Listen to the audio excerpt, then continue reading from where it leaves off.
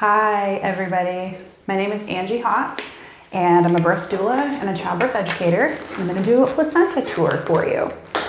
Placenta tours are one of my favorite things to do at births. I think it's so cool that a mom grows this organ that nourishes and gives nutrients and takes waste away from her baby, and when she's done with it, when the baby's done with it, they discard it. And as part of the journey, like we grow an organ and then we get rid of it when we're done. I think that's so cool. So placentas come in many different shapes and sizes. They can be round, they can be heart-shaped, they can be bilobed. There's a wide range, a wide variation of normal as far as placentas go. So this one is actually a really good example to be able to show you all of the parts, because the membranes or the amniotic sacs, of which there are two, there's the amnion and chorion, which are loosely adhered to the inside of mom's uterus. So the placenta is attached to the mom's uterus. This is her side. It's attached to her, whether it's on the top, at the fundus, the back, the front. There's not really a rhyme or reason as to why it chooses to attach where it does.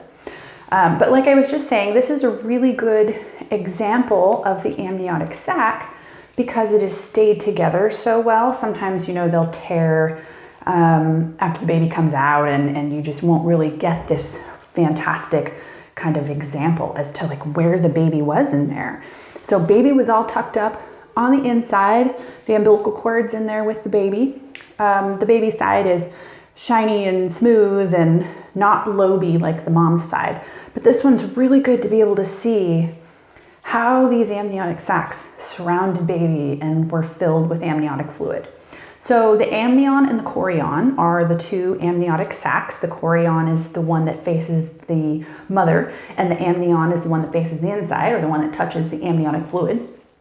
If you were to take two trash bags, that plastic and kind of that thickness, maybe a little bit thinner, but if you were to take two of them together and rub them together, that is what it feels like to rub the amniotic sacs together.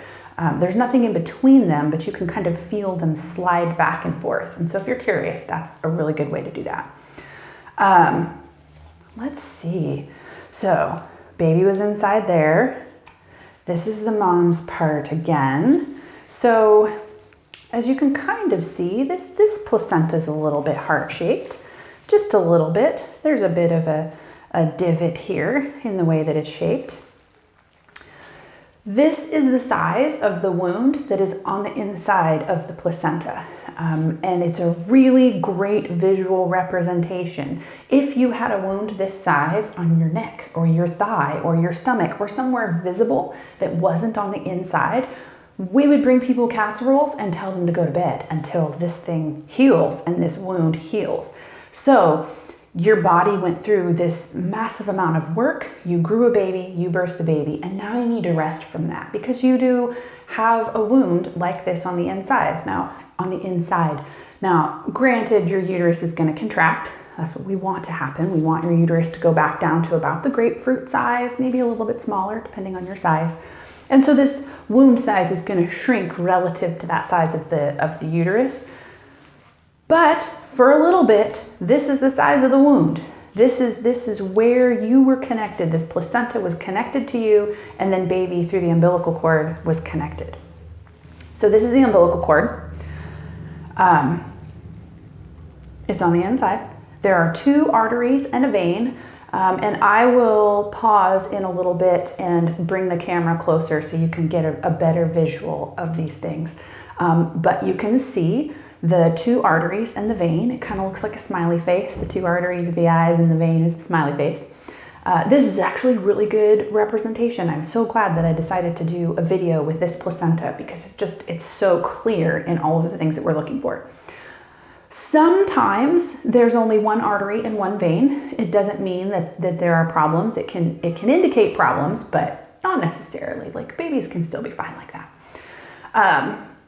This umbilical cord, they're usually longer than this. So what this is telling me is that it was longer and then they, cut it closer to the baby.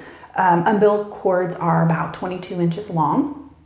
when they come out, like, so what I'm seeing here is a rather flat white umbilical cord, which is telling me that this baby probably got most of the blood that was in the placenta that belongs to the baby. So the baby probably got all of its blood.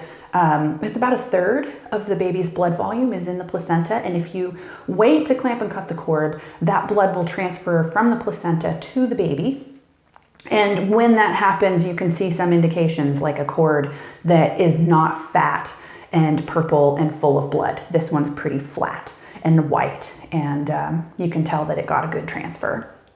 So delayed cord clamping, you know, it takes 2 to 5 minutes for all of that blood to transfer, and then 5 to, you know, sometimes even an hour for the placenta to come out. A little bit more average would be, you know, 15, 20 minutes or so for the placenta to detach from mom and come out, and then all of these things would come out as well.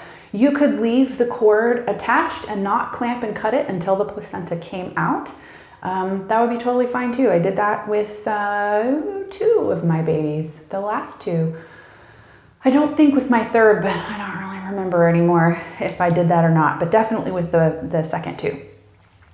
So I think I'm going to pause here and bring the camera a little bit closer so you can get a better look at the baby's side and the 2 veins and arteries of the umbilical cord. Okay, now we're ready to show you this placenta a little bit closer up. So again, I'll show you the mom's side.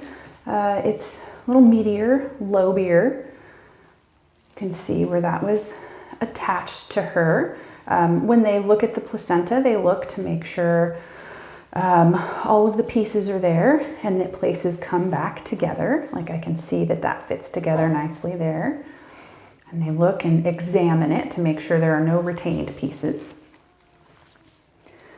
This, again, is where the baby lived, all up inside there. So that cord is in there too. The membranes are very tough. These membranes are very strong and tough. You can kind of, I wonder if I would be able to separate these 2 to show you. I'm not sure if I can.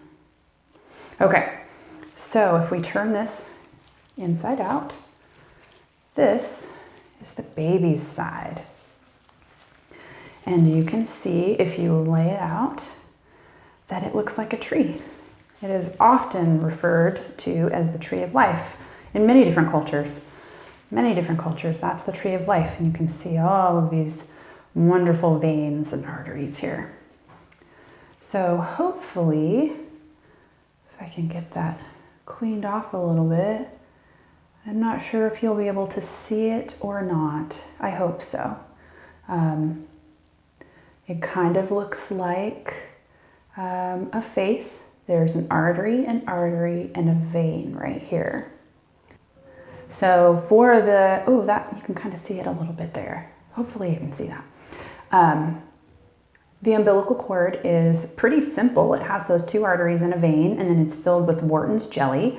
And then this outside part is kind of a casing. It's a, I don't know, kind of like a sausage or a hot dog casing. And on the inside is the Wharton's jelly and the 2 arteries and the vein. And then this is where it's inserted. And then this is where it was attached to the baby, although it's been clamped and cut there. But yeah, so that is the basic placenta tour. Let me know what you think. I would love to hear if you got a placenta tour after you had your baby. Did somebody show that to you? Did you check it out? After I do this video, I'm going to be doing a video about doing a placenta print. So check that out too. I will go through all the steps of how I do them. Yeah, leave comments and let me know what you think. Thanks, you guys. Bye.